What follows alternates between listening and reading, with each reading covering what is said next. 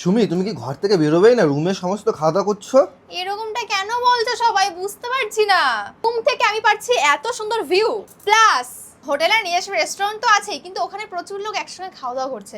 সেখানে গিয়ে আমি ভিডিও করতে বেশি কমফোর্টেবল নয়, যেহেতু এটা কাপল ফ্রেন্ডলি হোটেল।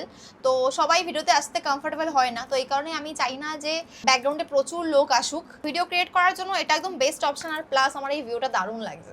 এত কথা বাদ দাও, কি কি আইটেম রয়েছে দ্বিতীয় দিন দুপুরে দেখাও। এই দেখো, এখানে রয়েছে আলু ভাজা, উচ্ছে ভাজা, আমি হোটেলে প্রথমবার দেখছি।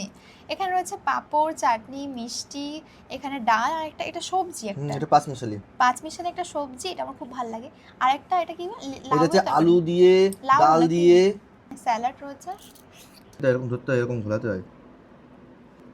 উল্টো করলো রে। কেমন হয়েছে হৃদয়? এবার আমি খাই গাইস, ডালটা দিয়েই খাবো। এতদিন ভেজ খাচ্ছি, মনেই হচ্ছে না যে নন ভেজের প্রতি আকৃষ্ট, বলো? ভেজই ভালো লাগছে। আর আলু ভাজা, সবজি একটু। আজকে সকাল সকাল ঘুরতে বেরোবো, কালকে অনেকটা লেট হয়ে গেছিলো।